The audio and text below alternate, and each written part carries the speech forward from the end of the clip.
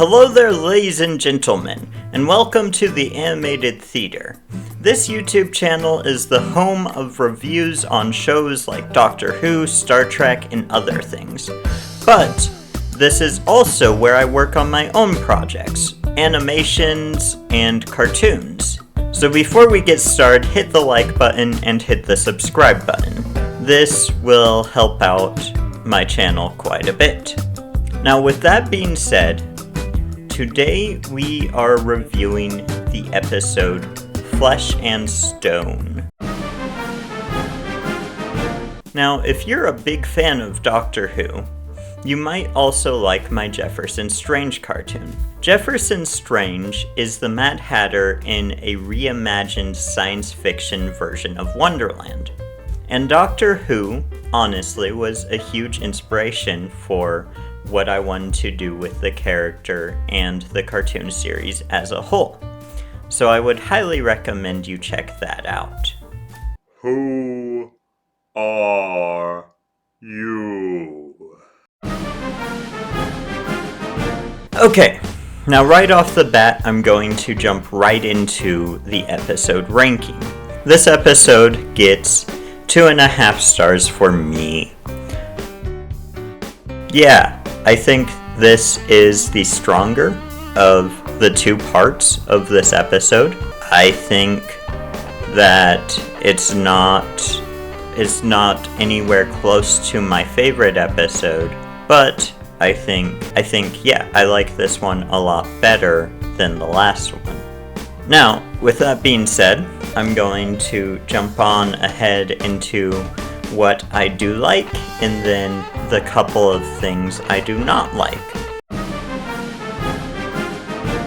It is interesting doing this. This is just a little side note, but it's interesting doing this because a lot of times I have like quite a few things that I want to talk about that I like about the episode, and very few things I dislike. So it's kind of interesting where it's like, even if I don't really like the episode as a whole, there's still generally more things that I have to say good about the episode than bad about the episode. So I don't entirely know what that's about, but that is also the case for this episode. Yeah, I mean, I like this episode a lot better than the first part of the two-parter. But it's still, like I said, nowhere near to my favorite episode.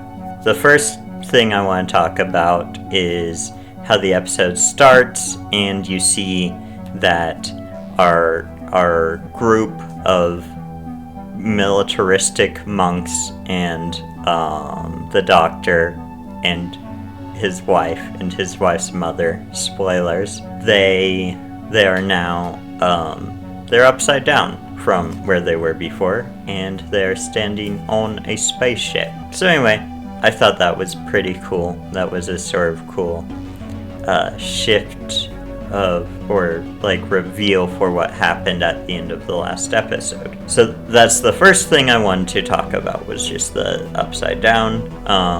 Yeah, I thought it was kind of cool. It was a kind of cool bit there.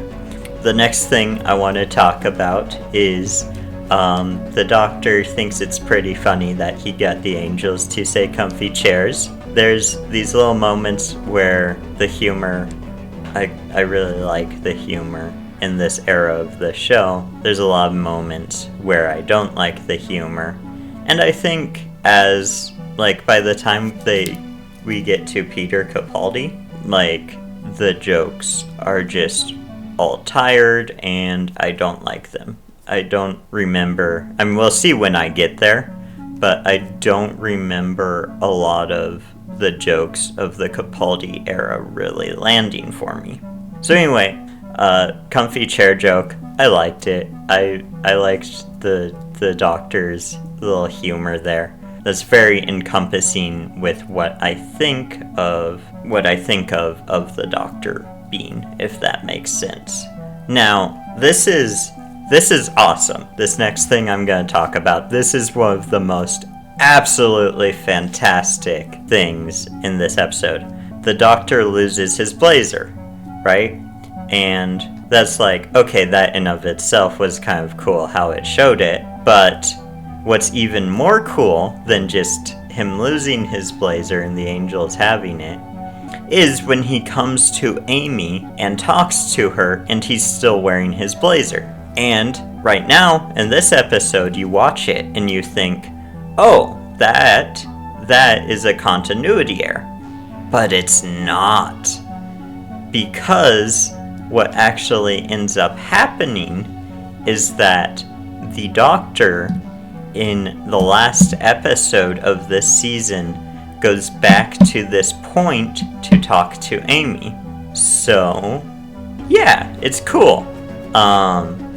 The Doctor, he brings up the duck pond from the first episode. Cool. I like ducks. Ducks. Quack. Okay. The cracks showing up and being a big part of this episode. That I think is cool, especially because it's from my memory, and I could be wrong, and I'll have to, if I figure out I'm wrong when I get to the end of this season, I'll have to correct myself. But I believe the Doctor gets back to this point through the cracks. So that's a interesting moment. And yeah, this is the first time they acknowledge the cracks. I remember when I first watched the season, I remember seeing the cracks and being like, oh, they're doing a cool little thing where it's just like a symbol for the season. It's the season logo is the cracks. And then it turned out the cracks were actually part of the story and not just like a symbol like I initially thought they were. That's cool. I like the cracks in time and space. I like the TARDIS blowing up being the cause of the cracks in time and space. I wish the overarching story could have been told a little better. But at the same time, I know how hard it can be to write long-form stories like this in television. So, anyway, to get back on track, I love so much the moment of the Doctor talking to the head military priest guy, and he's about to die, and the Doctor says, I wish I could have known you better. I wish I'd known you better. I think so. You know me at my best. And like, I think that's just such a nice moment of like ending for that character. And it's even kind of nice because most of the interactions between the Doctor and this character have been somewhat hostile. So it really is quite nice to be able to see this kind of sweet sovereign moment between these two characters. And it also is just very fitting with the Doctor, where this man dies, and like, again, he has so far had this sort of a little bit of a hostile relationship with this guy, but yet he's still able to see like, oh, I wish that there could have been more to our relationship than just this sort of hostile interaction. And I think that's very nice. I said the blazer was the most absolutely fantastic part of this episode. This is the most absolutely fantastic part of the episode. Maybe I should do that moving forwards. Like, just mark out one thing as an absolutely fantastic part. I think I'll do that. That'll be fun. I love the moment of the Doctor trying to save Amy and him getting really stressed out. And I think it also sort of goes to show how good of an actor Matt Smith actually is, because I actually recently learned this was the first episode he filmed, And like, dude, the moment those moments of him just getting really stressed out are so good and so well acted. I like them a lot. And also, it kind of starts a pattern that we've followed with the current Doctor, where the best performance from the actor comes from their first episode that they film. I don't care what you think. You can say whatever you want. You can think absolutely anything. I will do anything if you just allow me to save your lives. Like, you will die out there, and I can save your lives. Now let me.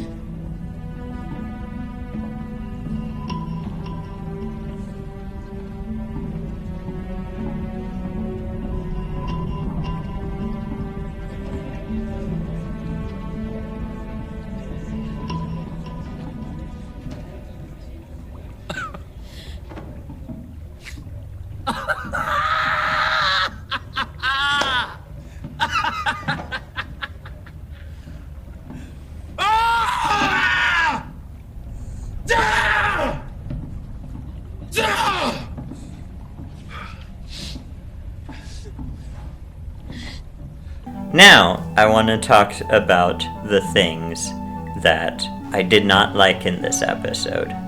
One of these things I did not like in this episode. One of these I just don't understand. But the Doctor sort of does this pointing thing in this episode, and then they put in like some sound effects. I don't know what that's about. I don't know what the pointing is. If that's like him doing like sort of a Sherlock Mind Palace thing, where he's like, oh, I'm thinking about things and I'm seeing them in my head. I don't know. It was never really explained. If it was and I'm just stupid and missed it, please do let me know in the comment section what the pointing was about. Yeah, I'm just sort of confused by it. Now, the one thing I don't like, I'm sure you all see this coming, because I don't think this is a very popular moment, but it's the moment where Amy smooches the Doctor, and tries to go a little bit further than that. Yeah, I don't like anything about that moment. I don't like what it says about Amy. I don't like what it says about Amy and the Doctor's relationship. I just don't like it. I think it sucks. I wish it didn't take place. With that being said, I would like to go ahead and jump right into the moral to close out this video.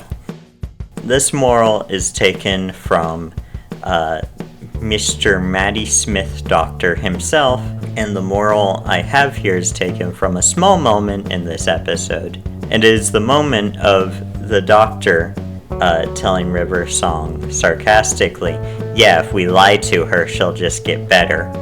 The end of the universe. Let's have a look then. So what's wrong with me? Nothing, you're fine. Everything. You're dying.